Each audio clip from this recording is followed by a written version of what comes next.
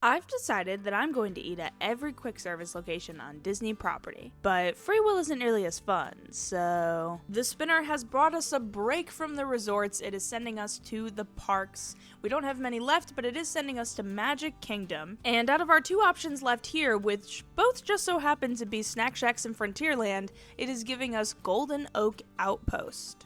Opening in 2009, Golden Oak Outpost is a snack shack in Frontierland at Magic Kingdom. And while it does share a name with the incredibly expensive housing community at Disney World, there is no relation. It's actually named after a Disney backlot that they film a lot of movies at, including Princess Diaries 2, The Parent Trap, and some of the Pirates of the Caribbean movies. And it did replace the McDonald's Fry Cart, a location that used to sell McDonald's fries when Disney had a partnership with them. But when the Golden Arches moved out in 2007, Golden Oak moved in. So, let's go to Magic Kingdom for my first time getting food at Golden Oak Outpost. And let's get ranking, starting with the theme. This is such a cute little snack shack. I think it's one of the cutest we've been to so far, for sure. It's got the Wild West vibe, so it is right at home in Frontierland. And not to mention, there's seats.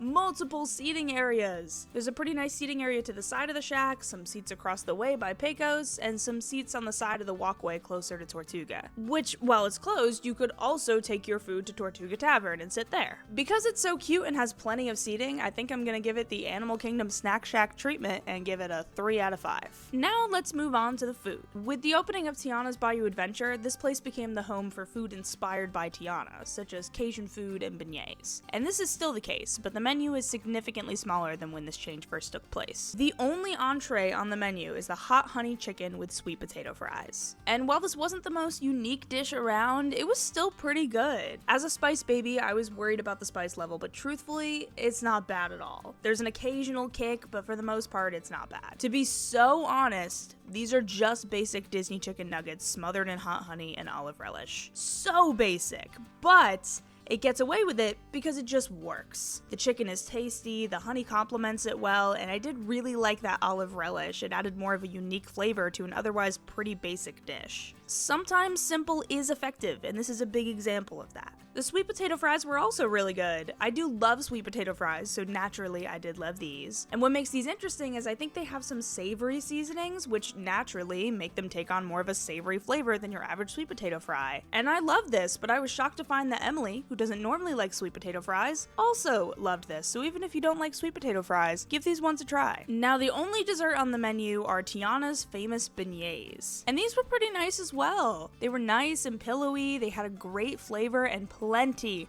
of powdered sugar. Grab a napkin. Now, I wouldn't say they're better than the ones at Port Orleans. Maybe I just have a soft spot for those ones, but for me, those are miles above these. I do absolutely still think you should take the trek to French Quarter if you want beignets, but if you're craving beignets and don't have time to do all that, I think these will suffice. And because of the lack of options, we also got a drink from here, which is the Bayou Lavender Lemonade. And this was pretty good as well. Again, it's simple. It's just lemonade with some lavender syrup, but once again, simple is effective. It was plenty sweet enough and had that nice balance with the lavender. Not groundbreaking, but I did still enjoy it. So while the menu was very simple, it does feel unfair to give something I liked so much a 2.5 out of 5. But the furthest I'm willing to go for such a simple menu is a 3 out of 5. So I'll give it a 3 out of 5, sure. Lastly, did I discover something? Would I choose to eat here over the choices I usually make at Magic Kingdom? I don't know, maybe? Probably more for a snack. I go to Magic Kingdom on my own free will so rarely as it is that when I do go, I want to get something a little bit more unique.